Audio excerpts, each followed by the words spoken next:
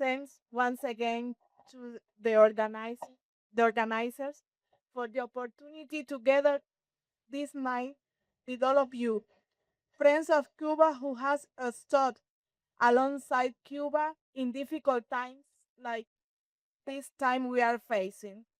We are gathered in a particular significant occasion, the centenary of Fidel Castro's birth.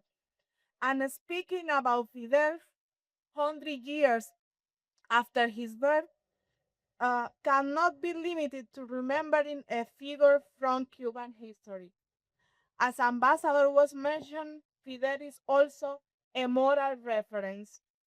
So it invites us to ask ourselves what part of his thinking, of his conduct, we should bring today, what we can do to follow Fidel.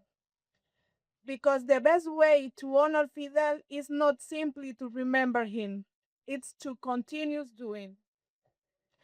Among the defining features of his legacy, I would like to highlight one who has been best mentioned today, his understanding of solidarity as a principle, but also as a human duty. For Fidel, Cuba could not build his own destiny without its back turned to the destiny of other peoples. From the early years of the revolution, international solidarity ceased to merely be a declaration and became a concrete practice. Cuba shared doctors, teachers, experience, knowledge, and it reached to those people who were facing even more difficulties than us. But that help reach without asking first what Cuba will get back. This is essential to understanding Fidel's thinking. Solidarity is not charity, but is an expression of a shared responsibility among peoples. Fidel understood very early that Cuba's struggle was not isolated from the struggle of other peoples.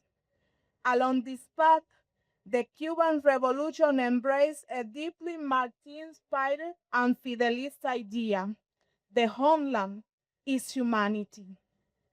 That is why Fidel's centenary should be an opportunity to move from memory to action. To cultivate his legacy means also, first and foremost, defending the right of every people to build its own path. It means understanding that solidarity with Cuba is not solidarity with the Cuban people only. It's also a defense of one universal principle, the right of sovereignty. Dear friends, comrades, the answer that Fidel offers throughout his life was a commitment to human dignity, the sovereignty of peoples, and solidarity. Today, 100 years after his birth, we are called upon to turn his principles into answers for our time. That will be one of the most authentic tributes we can offer to the man who defended the idea that one better world is possible. Long life to Fidel Castro. Patria o muerte, venceremos. Homeland or die, we will win. Thank you very much.